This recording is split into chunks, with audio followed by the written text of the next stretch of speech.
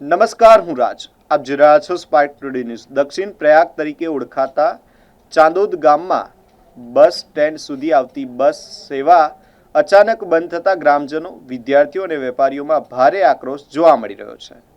ST bus સેવા ફરી શરૂ કરવાની માંગ સાથે ચાંદોદના આગેવાનો અને વિદ્યાર્થીઓએ ડભોઈ એસટી બસ ડેપો ખાતે આવેદનપત્ર આપી ઉગ્ર રજૂઆત કરી હતી.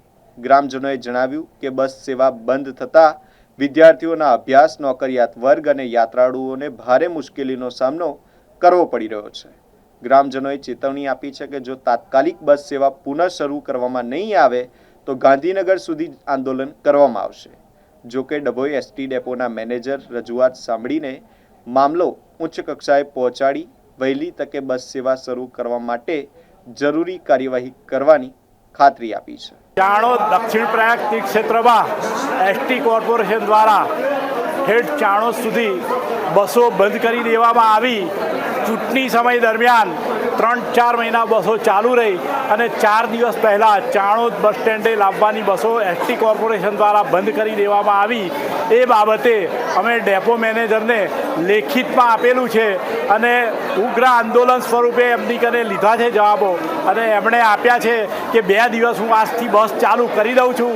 2 દિવસમાં તમે PWD વાળા પાસેથી કોઈ સક્ષમ સત્તાધિકારીનો કોઈ પ્રમાણપત્ર એમણે મેળવેલ નથી એવો રિપોર્ટ અમને આપો અને એ રિપોર્ટ આવેથી જો રિપોર્ટ પોઝિટિવ હશે તો અમે બસો બંધ કરીશું. કે નાણાં અંગે સક્ષમ સત્તાધિકારીનો કોઈ સર્વે રિપોર્ટ નથી એમની પાસે, તેમ છતાં પણ PWDએ જાતે રિપોર્ટ કરી અને એસટી કોર્પોરેશનને આપ્યું એટલે એસટી કોર્પોરેશને બંધ કરી હતી.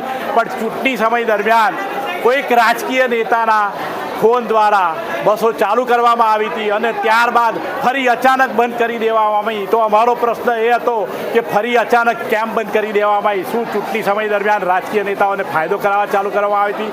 અત્યારે એ જ રોડ છે, એ જ નાળું છે અને એ જ રસ્તે ફરી બસો અમને આપો, એ અમારી માગણી હતી. અને એ માગણીને માન આપી અને મેનેજરશ્રીએ કીધું કે આજથી હું બસો ચાલી કરી દઉં છું, સોમવાર લગી ચાલુ રાખીશ.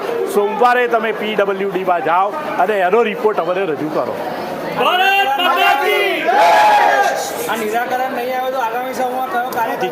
નિરાકરણ નહીં કરવામાં આવે આનું તો અમે ઉગ્ર સ્વરૂપે આંદોલન કરીશું અને કાયદેસરની તમામ કરવી પડતી કાર્યવાહીઓ કરનાર છે.